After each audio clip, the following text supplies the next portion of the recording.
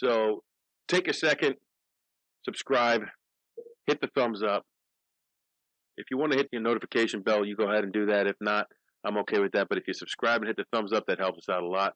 If you're listening to us on iTunes, give us a like and leave a review. If you think we suck, tell us we suck, but make it a 5-star you suck. Because that's the only thing that helps. Hold on, stop. Welcome back to the Shit Show 2.0. Okay, Boomer. Damn millennials. Wow. Did not know that. Even flirters who are obviously mentally ill. Oh, this is gonna go downhill real quick. What is going on? And welcome to Take on the World with The very best host in the world, Urethra Tube Johnny. and Mike D. No Lexi this weekend. She's off gallivanting with her millennial friends. Yes. The podcast, Doing whatever they say they do nowadays. the podcast therapy dog won't come down if Lexi's not down here. I heard him barking though when I pulled up. Yeah. Yip, yip, yip, yip, yip, yip, yip, yip. He sounds like that. Spit potato chips at you. He sounds like that guy that the Whitakers.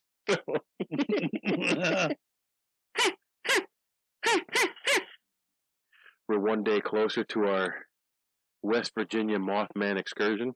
And knowing if we get our tags to go That's out right. west. That's right. We will know probably on our ride down. So either be a happy ride or a sad ride. I'm still going, regardless. I am too. Don't give a shit. Me neither. So it's going to be a happy ride. One way or the other. One way or the other. Road sodas in hand. Road shoulders. Road case in hand. Two. I got 2 cases to go down there. Did you? Of Labatt's. I should get some. Penguins cans for Rob. I should get a Stella. No. Dude, Stella's good. Get hams. He likes hams. Really? Yeah. What he drinks. I'm going to show up with... Tank Guy's going to show up hams? Yeah. Yeah, Tank Guy's going to show up with hams. You're the only thing I can afford. Sorry. No, it's actually what he drinks. Because he can't get Labatt's down there. But Stella's so good. It's okay. No. Anyways. We have to throw a care Right. package of a couple micros to take with us. I wanted to take my setup for like the fire starter kit, like try it out when we're down there. Yeah. I hope this guy doesn't think I'm some kind of fucking weirdo. He's gonna think you're a weirdo. You're a weirdo. Oh, touche. All right, whatever. Duh. Like, all right, you really gotta start choosing better friends, Mike. Nah, him and V they're just cool people. Like I know Rob since 9th grade, bro. Well, I mean, I can pretty much get along with anybody. Like, I am who I am. That's all that I am. And their shed guy Jason, he's cool too. Like, I don't think shed guy versus shed guy snoring each other to death. The fucking raptors come on loose. That dude can sleep through anything, bro. Just like you. Like, well, how does he sleep? Well, I'm pretty sure I saw him sleep standing up. We're in Saipan in a rainstorm on the roof. A sheet of metal in my hand. Yeah. What the fuck is he doing?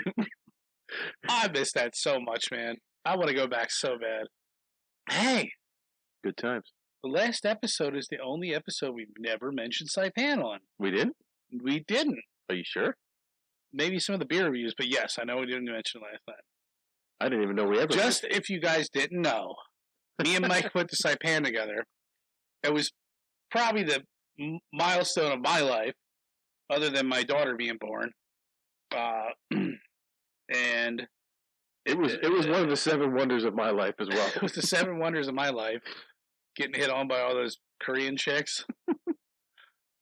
I should have picked on a white guy. I don't know. We should went that. Hey, you sexy fat monkey! You got Facebook?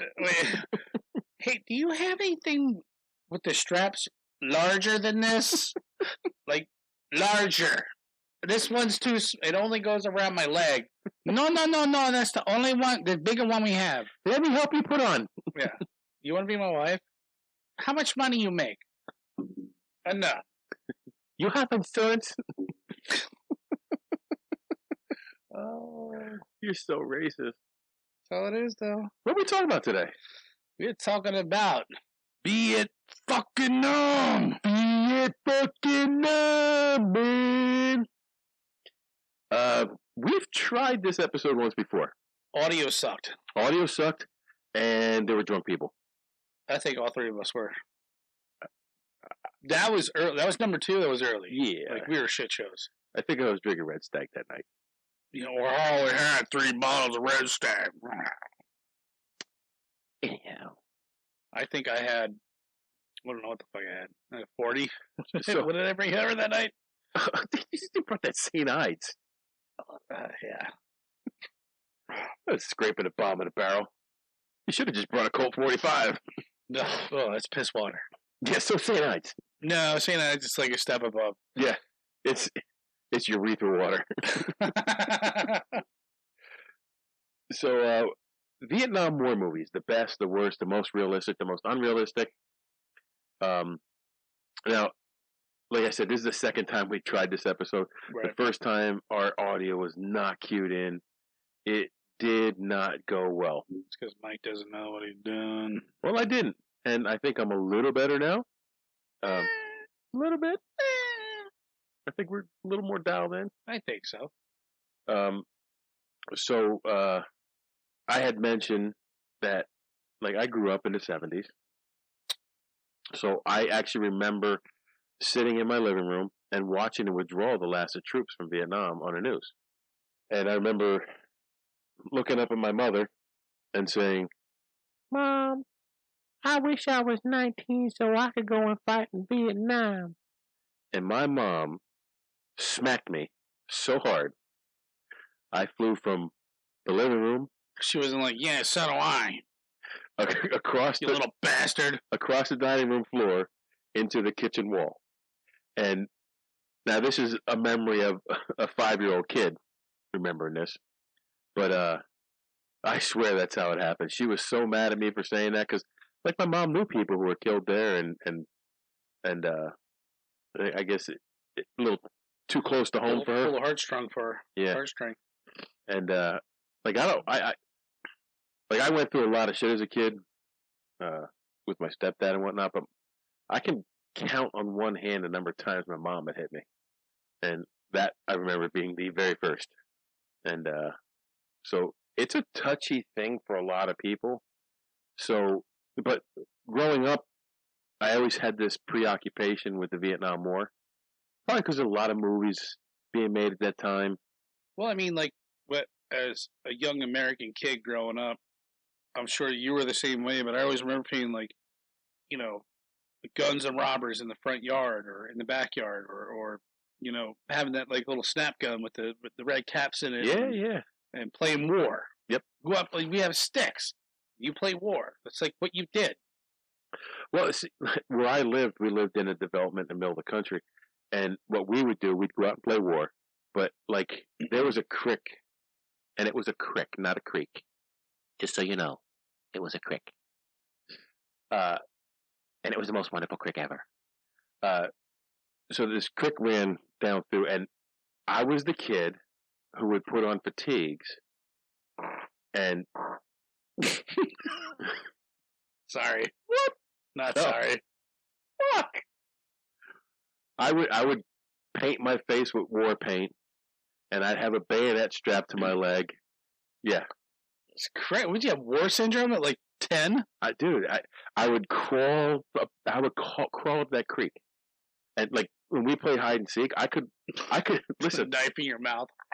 I could lay in the middle of a grass field and no one would see me, because you know where the shadows were. You lay just beyond the shadow where the light wasn't, and people's eyes don't adjust that well. And like I was that kid. I was that kid that would go up in the woods and spearfish for suckers. Like that's what I did. Like, so when I got into like middle or junior high and high school, every report I wrote was on the Vietnam War. Everyone. I wrote every report on Vietnam. I based it off of, what I could read. There was a book that was out that was called Nam. It was short stories from soldiers, from letters who wrote them from Vietnam. It was actually a really good book. I've been watching now.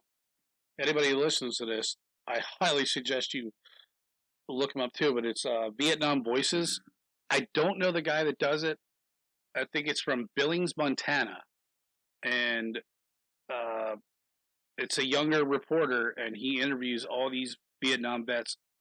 Fucking awesome! Like each episode is probably like hour to an hour and a half, and it takes one guy, and it relives his like, what were you doing in Montana, like when you were a young man, and then what led you up to going to Vietnam, and then what'd you do when you got there, what happened, and then coming back, and it's really, I love the episodes.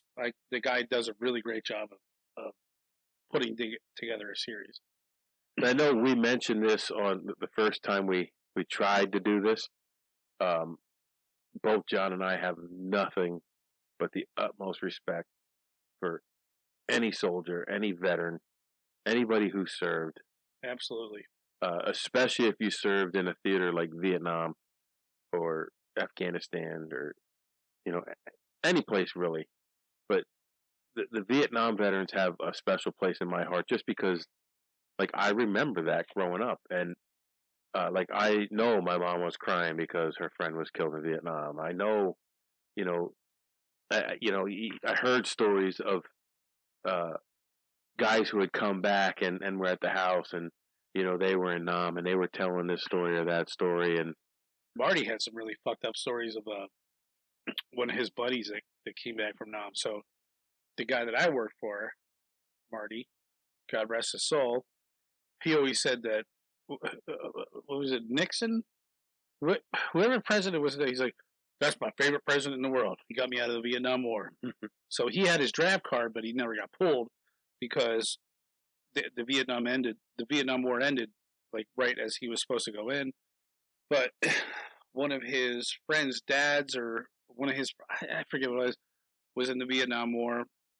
No, I thought like one of his friends' dads was in the World War II. Then his friend was in Vietnam, but he was like, this motherfucker was crazy.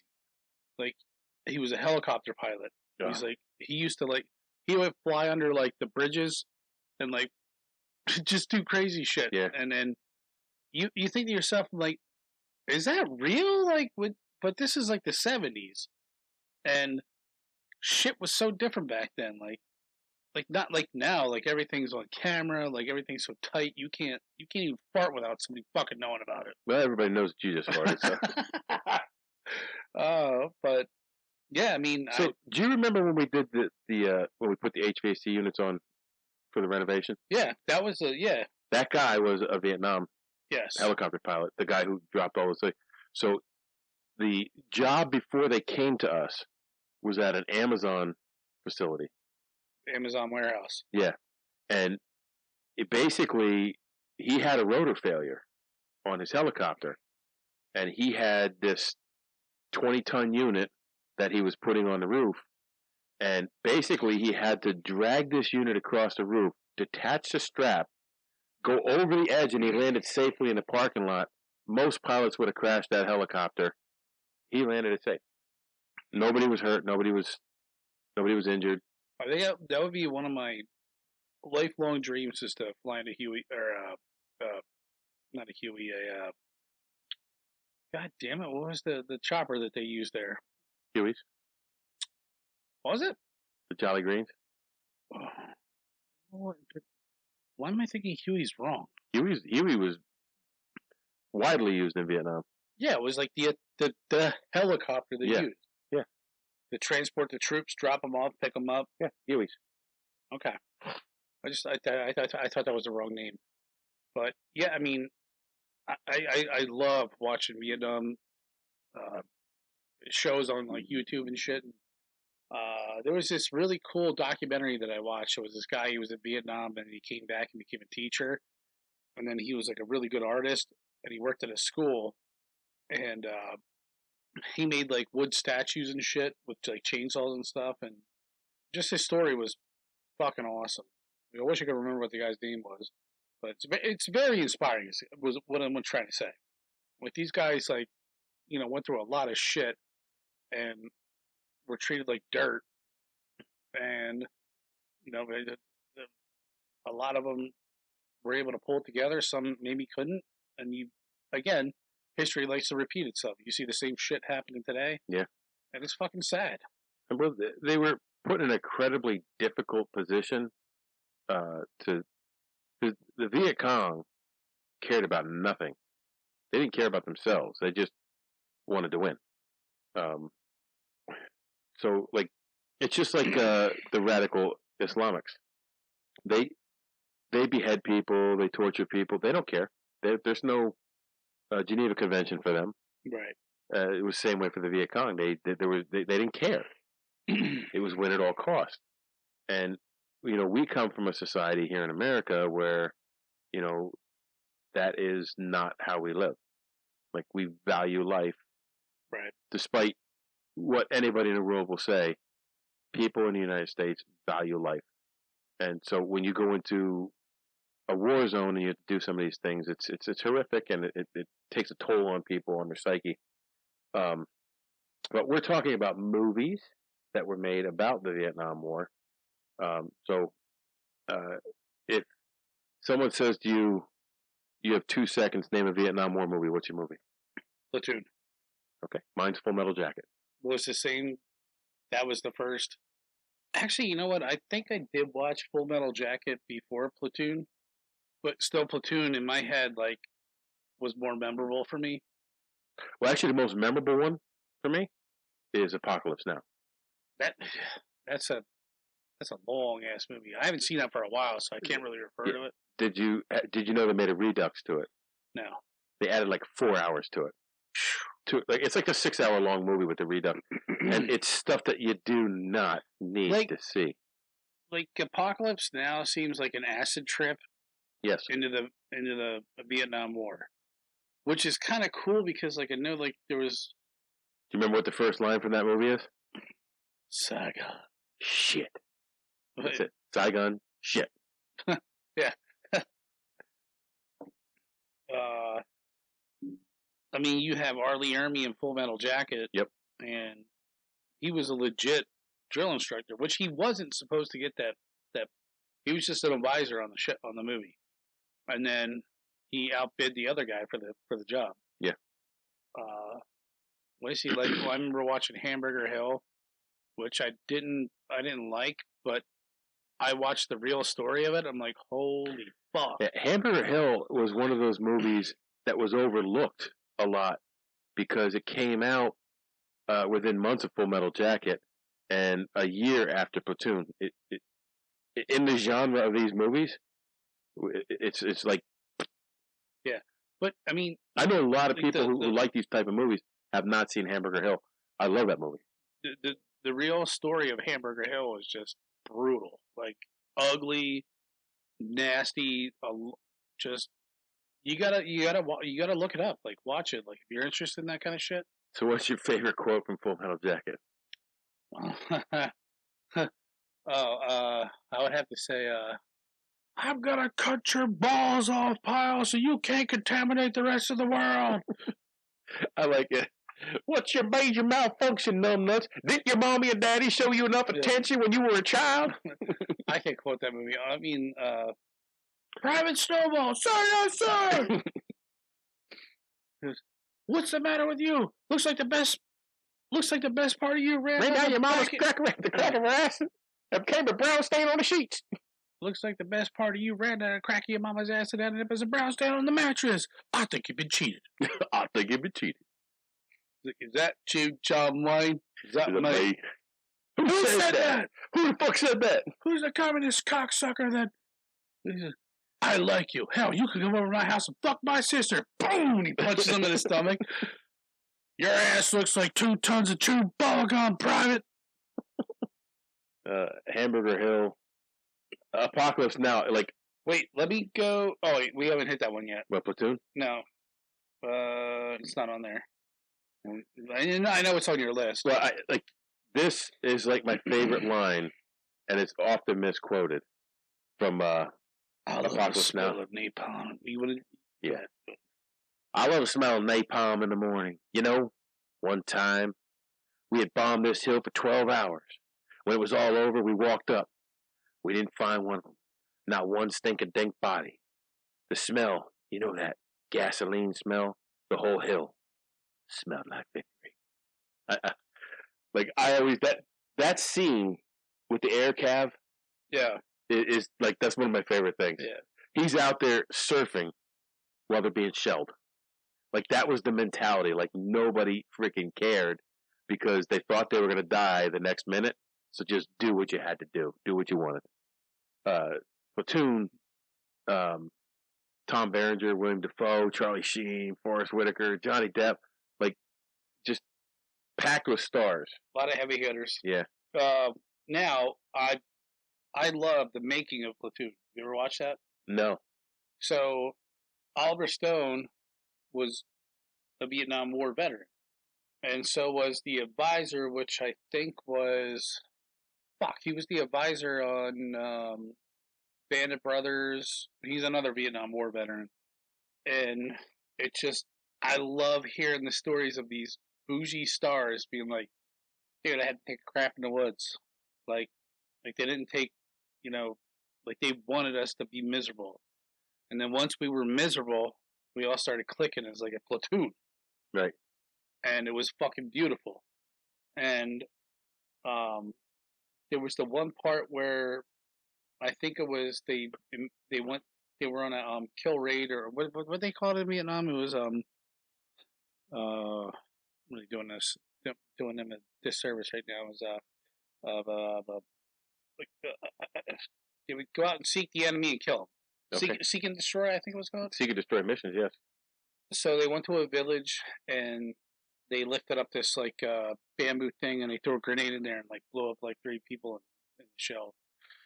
And they're like, oh my god! Like Oliver Stone and the other guy were just like they were like that had happened to them when they were in Vietnam, and they were like, dude, like they obviously were like affected by like that scene. Yeah. And they were like, they just like it happened, and they turn around like, don't talk about it. And it's just it's like I said, I got nothing but the utmost respect for them guys that did this our country this service. If you got to kill whatever you did, you got my backing. I don't give a fuck. So this next one is what I always consider probably one of the most realistic. Yes, We Were Soldiers. Yes, and I've heard that from. You didn't get along with him so well. No. The Hef. But I asked him, and he said, yes, that was... And you asked other soldiers... I've heard that from people who were in Vietnam. And then again, that is a true story. We Were Soldiers. Based on a true story, yes. Which was another chaotic, like... I can't believe, like, this fucking happened. Like, it's so insane... Like it's almost like it's unbelievable. Right. This movie depicted the first major battle of the war. It showed mostly from the perspective of Americans and the families at home, but it also showed a little bit from the Vietnamese point of view, which I thought was interesting. But what's bloody. Also interesting, yes, bloody. Yeah. Is that the cameraman? Who I forget what his name is. He played the World War II sniper in Saving Private Ryan. He's a non-contracted media guy with a camera, and then he gets into the end of the battle, and he picks up a rifle, and he ends up fucking going to town, and basically like he was in the service. That legit happened. Yeah, and. You could like the guy who played that part was like he did it very well because he got there. He's very naive as to what was going on. Yeah, and like I don't want to shoot nobody or like what are you doing? I'm just here to report. Yeah, and then by the end, like he had the 1,000-yard stare, and he had been through the shit and knew what it was about. that one always gives. Every time that one's on, I watch it. Every time Platoon's on, I watch it. Every time Hamburger Hill's on, I watch it. And every time Full Metal Jacket. Well, I had Full Metal Jacket on DVD, and I think my wife hid it from me, so I don't watch it anymore.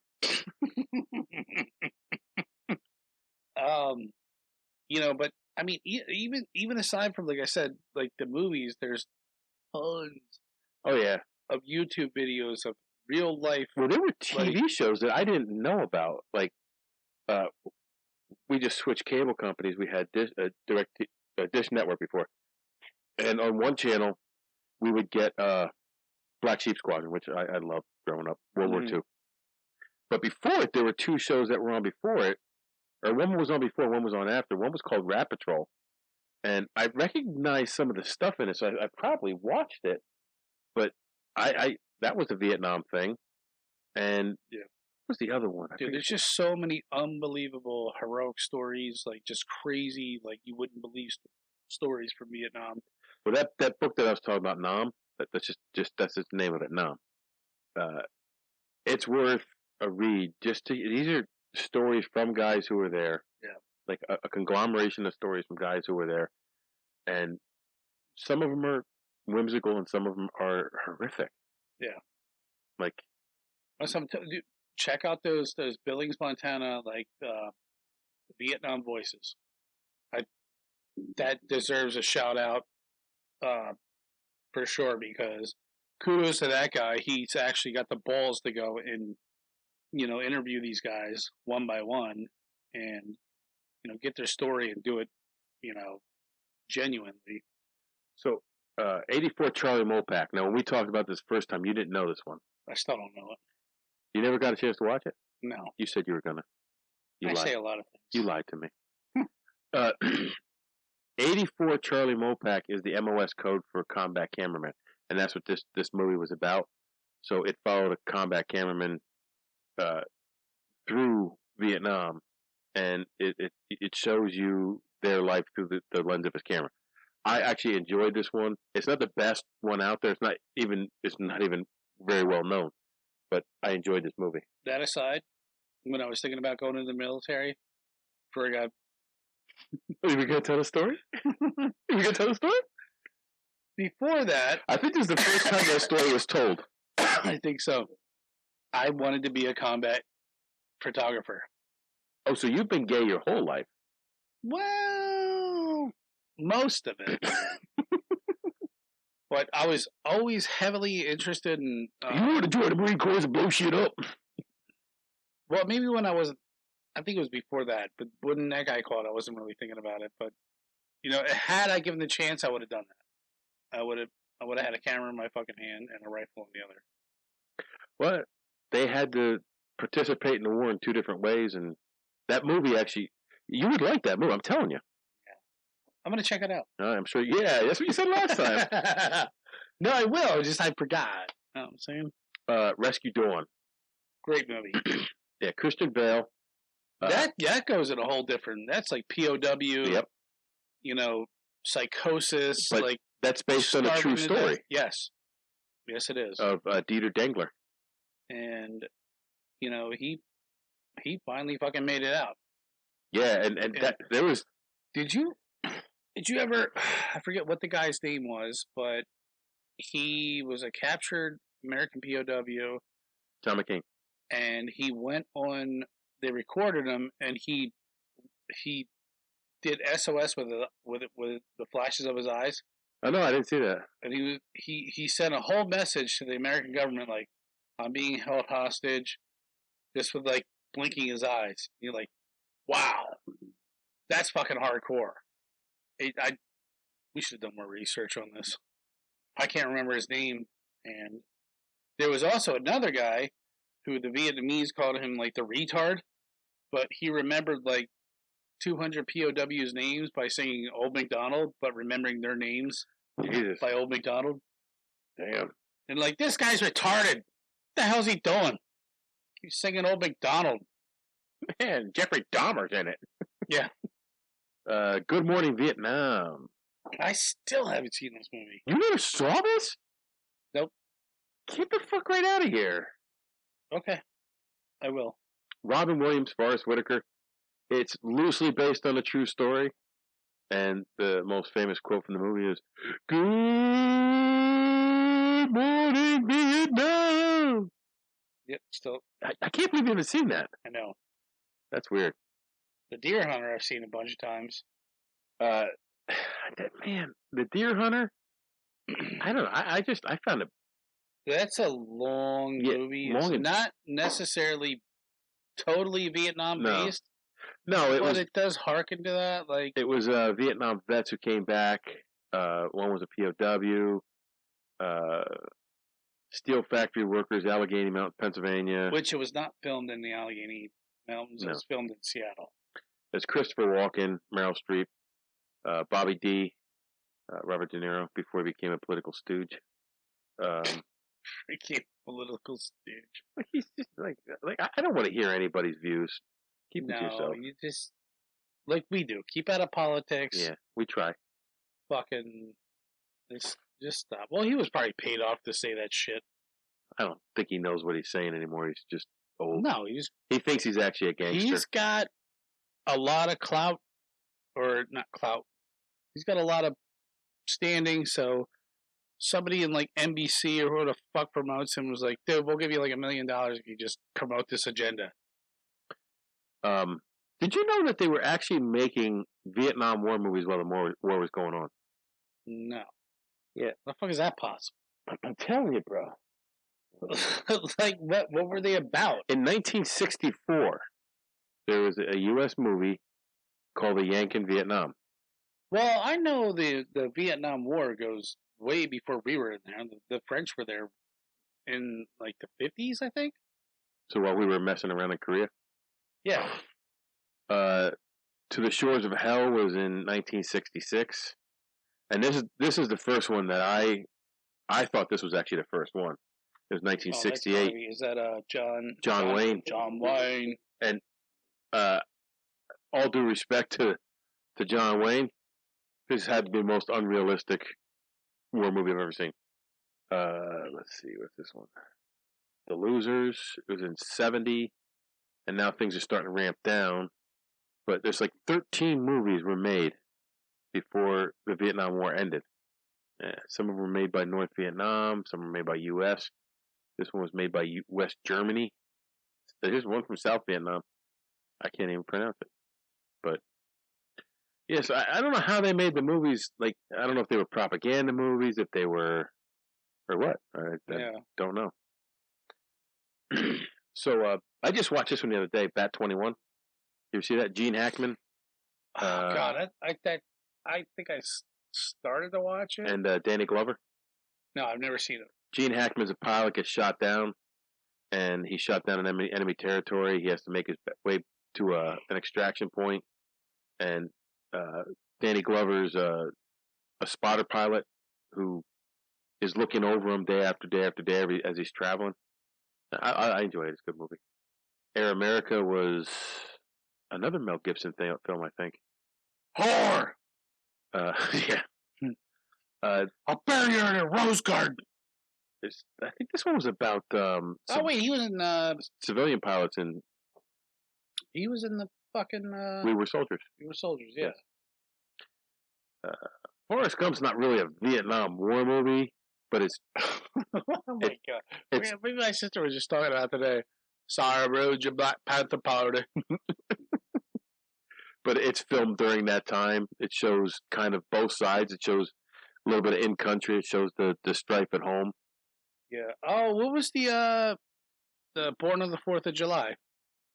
You remember that one? That was Tom Cruise. Tom Cruise. But he was a veteran. He was home. I don't think they showed him in no, Vietnam. they showed him in Vietnam. Yeah, it was like it's weird. Been a while since I saw it. He got paralyzed, came back home, and then he started with the whole crowd of anti-war protests. I think he moved to like Mexico, and I think Willem Dafoe was in it, maybe, or somebody else, some really other famous actor. It was like that famous spitting scene. He's like, "Fuck you, no, fuck you," and he started, started spitting at each other. They're in the wheelchairs; they couldn't swing on each other. So, I pick the most realistic as we were soldiers in the Deer Hunter. I'm still gonna go with because I was there. I'm gonna go with Platoon. You were in Platoon? For me, that's the most real. And most unrealistic is Green Beret. Sorry. The Green Berets even Green Berets in Nam? I don't even know. I know it's where the Frogmen started. They must have been like the early, like, yeah, where the elite, you know. I think the Green Berets went back to World War II. I don't know. Listen up, partner. Why are you wearing those sandals? The movie The Killing Fields. I just thought that was so freaking boring. I think I only ever watched it once, and that was it. I was done. Yeah, I don't know. Let's see what else is on this list. See if there's any I forgot. Yeah, where's my favorite? Oh. White Ghost. Tell us about your favorite. Oh my god! Did I tell you how I found this movie? No, he didn't. So we were researching this the last time, like a year ago, and I went on Tubi, which is like a free app, and they got all kinds of movies on there. You know, like watch some ads every now and then. And they have a genre of like Vietnam movies, and the one was White Ghost. Worst movie, not even Vietnam movie, worst movie ever. Like now, I'll add that when we talked about this the first time, I looked it up, and the actor who played Greatest American Hero, I think it was in Whitesnake. What? But yeah, the actor who played Greatest American Hero was the lead in that movie. Oh, I don't even know what that is. You don't know what Greatest American Hero is? No. He was terrible.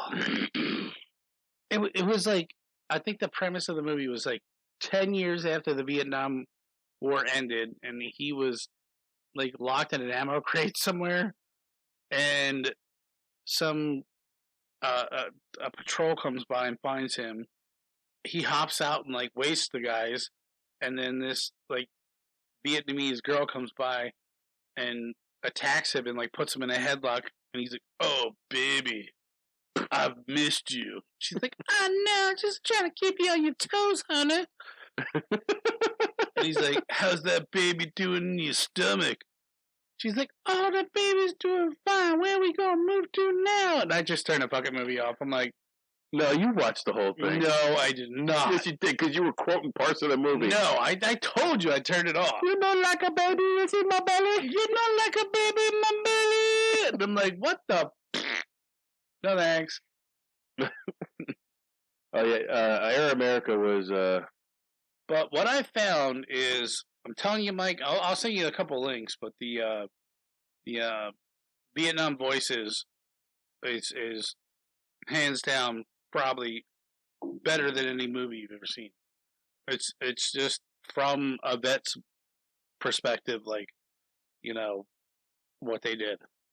Here's one I've never seen, and it's Oliver Stone.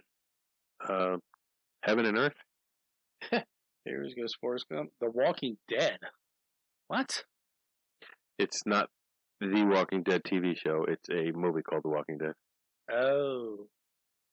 Operation Dumbo Drop? Oh yeah, I saw that. Come on. Green Berets bribe Vietnamese villagers with an elephant. Dead presidents? For Tigerland? Oh, I see tunnel rats there. There's another interview with a guy who was a tunnel rat. And I'll send you a link. There's just nothing. You can't believe it. It's like 21 and a Wake Up. I saw that. Anyway, I mean, there's a ton of movies. Not all of them are good. John told you his worst, which is White Ghost. Didn't even watch the whole thing. He says now he didn't watch the whole thing, but when we talked about it the first time, no, you can. I know you have the audio. I have the video too. It's just horrible. Go back, and I'll tell you that I did not watch the whole thing. I turned it off. Where are these TV shows? Documentary film. Letters Home from Vietnam. I've seen that. How up to date is 2020 was the Do they have the Vietnam voices on there? I don't know. Is it a documentary? Yes. Let's see. Vietnam in HD. I've seen that. Yeah. Didn't I lend you those DVDs? I have not watched them yet. They go through like the whole beginning of like all the politics and shit. Nope. No Vietnam voices. Do a quick Google search. Vietnam voices Billings, Montana. The Vietnam voices YouTube. 78 videos. Yeah. You can either spend 45 days in jail or go in the military. Yeah, I'll have to watch that. I'm going to subscribe to it. That's the Billings Gazette. I'll have to link that here. Put this link on this episode. So I know it's not really the episodes about movies. These are actually true stories. I think these are more important than any movie you could talk about. Hell yeah. I took like 3 days and I just like watched as many as I could find. It's like you get just lost in their stories. You're like, holy fuck, man! Like I can't imagine. This one's 3 hours long. Yeah. That looks interesting. I'll have to watch that. Yeah, it's good. I think you'll enjoy it. Yeah, I'll link that in this the bottom down here description. So, any other movies I know we talked about some other movies before. I can't really think of anything else. I think we touched on what we wanted to. Probably do a episode 2. Think of more. We can watch a couple more. Well, we could actually watch these interviews, and honestly, Mike, I'd rather watch the interviews. I would too. Well, I won't say that because some of them get too real for me. Like they're real. Some of it's like. Yeah, I see what you're saying. I didn't want to go in depth on with a movie you can. I'd rather somebody just see that and like watch it for themselves. Yeah. And not us interview a guy that was or review an interview of a guy that was there telling his story. Yeah, I think like I said, that book Nam, that affected me when I was younger, and some of these movies did too. And when you're younger, you don't really distinguish reality from fiction as much as you do when you're older. And I think now I crave the fiction because there's too much fucking reality. Yeah. Anyway. So? I don't know. That's it. I feel like is this episode just worse than our first one? Are we gonna have to redo this? No, I don't think so. We're lucid this time. I think we talked about a little bit more movies last time. I think we just talked a lot more last time. That could be. Well, I know there's a lot of interrupting. No. Wouldn't happen on our podcast. Never. But, so, that'd be it. So we took on the world of Vietnam War movies. Kind of. Sort of. Now you go take on the world. Hold on, stop. Welcome back to the Shit Show 2.0. Okay, Boomer. Damn millennials. Wow. Did not know that.